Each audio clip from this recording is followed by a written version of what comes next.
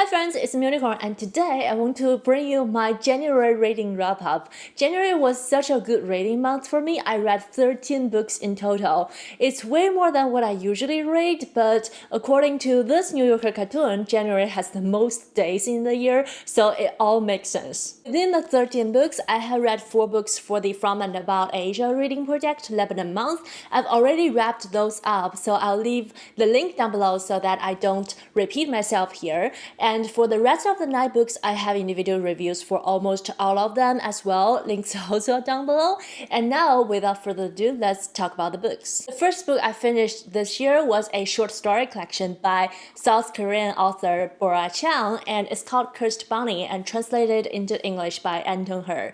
And this is such an amazing start of the reading year, and it's a wonderful short story collection. This is a magical realism and horror collection, so all the stories have bizarre settings. For example, women can get pregnant by not being sexually active but taking birth control pills for longer than it prescribed. Or people may live in a folktale town where they can communicate with the animals. But with the background of the story, which are so detached with our real life, I get a strong sense of reality after reading it. In fact, after reading the book, all I can think about is this is a book about how people are systematically eaten by the system, especially women. The characters, especially women, are being mistreated, objectified, gaslighted, and controlled, and even replaced. And all of those gave me chill. And the language of the book was so beautiful, and all of the stories were very atmospheric. I read this book in 2 days, and I think it is the fastest I have read for a short story collection. I just couldn't put it down, and I have to finish it. And I'm so glad it's the first book I read this year. It's such a great beginning. Well, the next book I read is also a short story collection, but it's everything opposite to The Cursed Bunny. It's called あの頃の誰か by Higashino Keigo. The title translates to Someone at the Time, and I read the simplified Chinese version called 那时的某人, translated by Tu Ya. This is a short mystery story collection of Higashino's early works, aka the book should never be published. Higashino, I would say, he's one of the most famous mystery writers in Japan nowadays, if not the most famous one. And this is a collection of a bunch of early work of his that he was never satisfied, therefore they were never published. And he himself admitted in the foreword saying that he wasn't sure if he wanted to publish these or not, but the very kind editor of his insisting on publishing those, so he gave in. Well, of course his editor wanted to publish them because his name means prophet, but as a so profound writer, shouldn't he have some principles? So these stories are boring, illogical, and they're just not good mystery stories. And one of the stories even spoils one of his full-length novel that was beloved by the readers, which benefits no one. Maybe the editor, but no one else. I didn't enjoy this collection at all, and I questioned every decision that made this book published, and even questioned the decision of the translation of this book, and this book even has a Korean translation, just poor Korean readers as well. Then I finished the book Well by Will Smith and Mark Manson. This is Will Smith's autobiography. I started this book as an audiobook early December, and I couldn't finish it last year because the amount of anxiety this book brought me. As an autobiography of Will Smith, this book covers every stage of his life and really makes you see how he became the man that he is today. We can learn that especially from the stories of his childhood, how he grew up with an abusive but strict father and a loving mother as well as the grandmother. And you can see what standards he picked up growing up, why he's able to become such a successful actor. The stories he wrote are very honest, but at the same time, you get the sense that he's avoiding some things that is not aligned with his pictures of Will Smith. Notice here, it's not the published pictures of Will Smith, but his own idea of who Will Smith should be. But I like the ones that he decided to talk about. I especially like he disclosed that the reason he became a comedian in his life is because his tragic upbringing, and also he believed that if he can make people laugh, everything will be okay.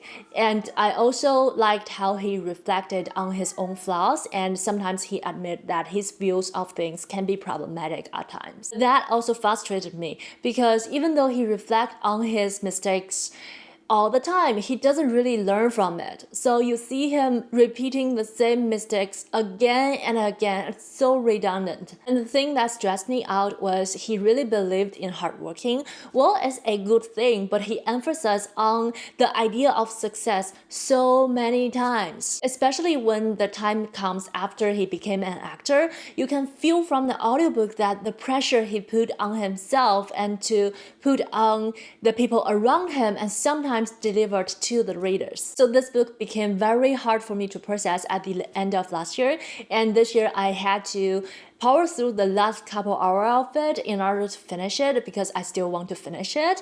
So it's complicated. I guess I'm happy about finishing the book, and I did learn more about who Will Smith is and what he believes in. If you want to read this book, I highly recommend the audiobook because he narrates it, and also he included some clips from the old recording and some other things and even scenes in the audiobook. It's wonderful. Then I read another magical realism novel or novella called Mrs. Caliban by Rachel Ingalls. I wanted to read this book because one day I was watching Jane Campbell's vlog and she was talking about this book. She said this book is about a woman called Dorothy who is living a very... My cat just ran through me. Anyhow, so Dorothy was living a very peaceful life, and one day when her husband was at work and she was doing chores at home, and she heard something very peculiar from the radio, and apparently a monster appeared in the town that she lived in, and it has something related to Dorothy. Didn't know why, but after I heard about the synopsis, I just wanted to find out what happened after immediately. So I read this book, and it was indeed about that, and it's also about the longings for excitement, for escapement, and for being recognized and loved. However, as I was eager to find out what happened and why, the book actually took an unexpected turn in the middle of the book and shifted its focus. It will be fine if the question raised in the first half got answered, but I don't feel satisfied and I feel very lost after the book shifted its focus, and the things happened after that are also very predictable. The book is still decently enjoyable, and it was my vacation read for me, so I was happy about it. The story though was written in 1984 or 1982, but it doesn't feel dated at all, and I feel that's pretty impressive. Then I picked up a book from my library. It's called The Climat Diet, 50 Simple Ways to Trim Your Carbon Footprint by Paul Greenberg. I'm so happy I borrowed this book from the library because if I have purchased it, this will be the first thing I trimmed off from my life.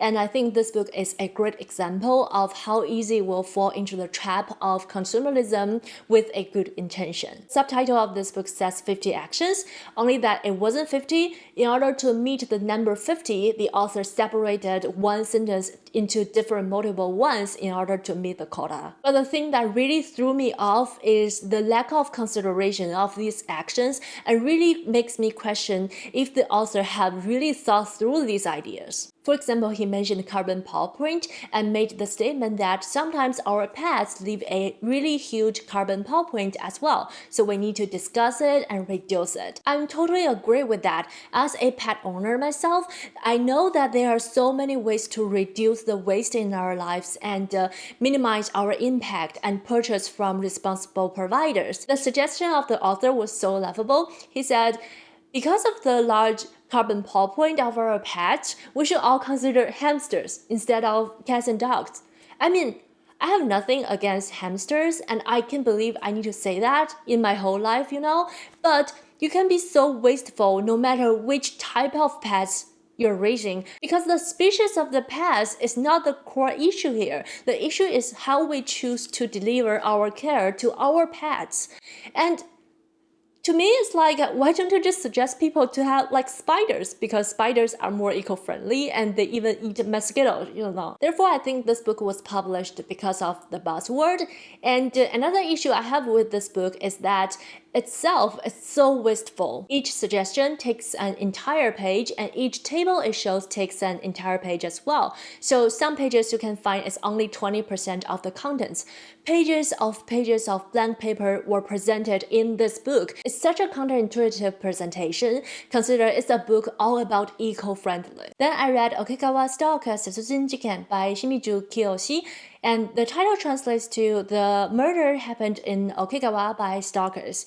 I read the simplified Chinese translation called 桶川跟踪狂杀人事件, translated by Wang Huamao. I read this book because it's one of the most popular books in the Chinese reading community in 2021, and also because this is a true crime book about a case that changed how the Japanese legal system treats stalking cases. On October 26, 1999, a 21-year-old student, SHIORI, was stabbed to death on the street.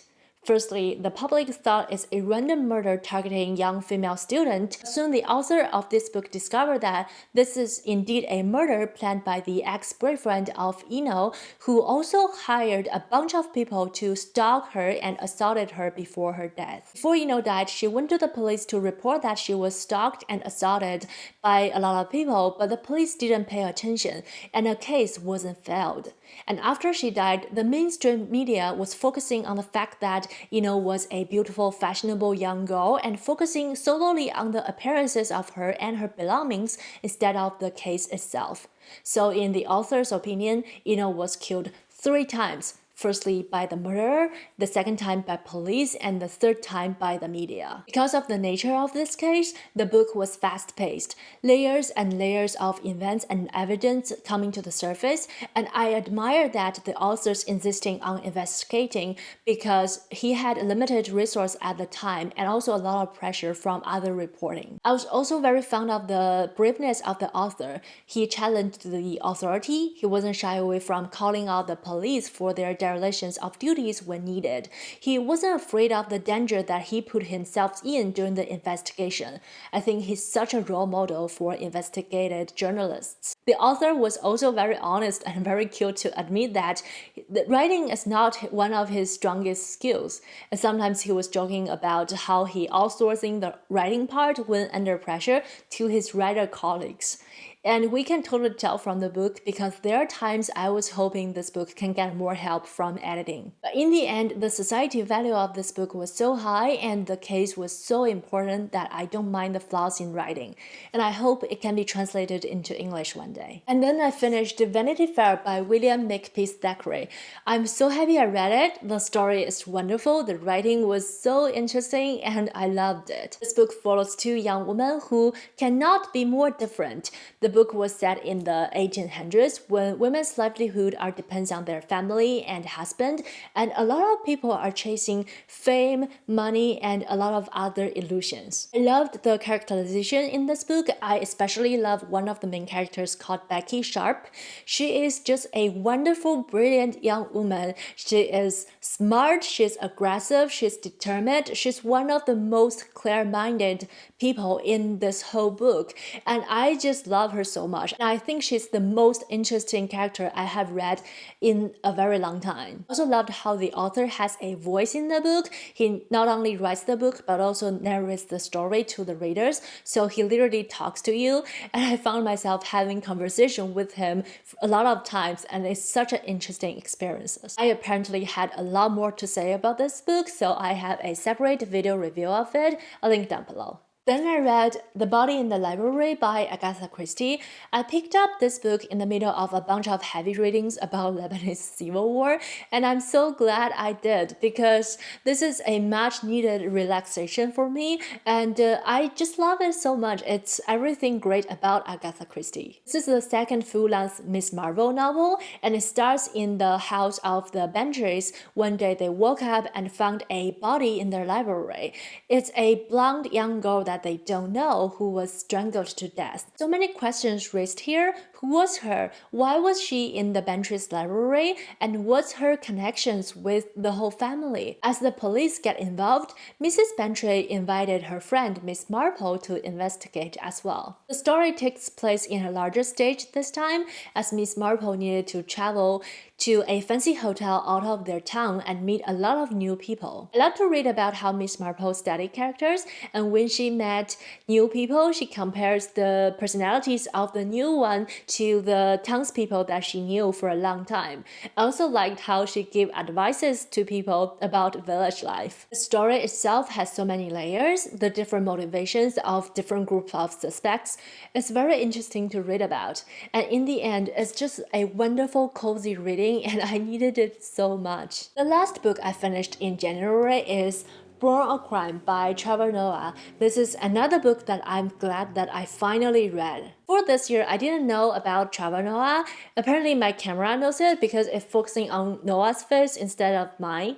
Hello? I think it's better now. I mean, I know him because I see videos of him floating around the internet, and I also see that this book is the bestseller in a lot of places, but I didn't know who he is. During the new year, I watched one of his comedy shows on Netflix by chance, and I totally fell in love with it. So I watched another one and eventually read this book. This is a memoir about how he grew up, especially he was born during apartheid in South Africa when it's illegal for black and white people to have kids. In this book, he detailed how he was born, how he was raised by his wonderful mother, a woman I admire, and how he found his voice and identity in the world. I was surprised to find how much I can learn about the history, culture, race in this book that is so easily to be misunderstood as another celebrity memoir. I mean, it is, but it's also so much more. This book led us into a teenage boy's life who's rejected almost the entire time with ridiculous reasons that is out of his control. And it also makes us to see how our behaviors and language can really impact and influence and change the world. This book is just so amazing, and I think it deserves an individual review, so I'm planning on doing it. So there you have it. These books and the 4 books that I read for From and About Asia reading projects are the total of 13 books I read in January. I hope you find this video interesting and enjoyable. Coming from a very mediocre reading year last year, I'm really happy how January went. Please let me know any of your thoughts about the books I mentioned, or do you have any books you read in January and you liked? And don't forget to say hi in the comment section down below, and thumbs up to this video if you liked it. I wish you happy reading, stay healthy. I'll see you in my next bookish video. Bye!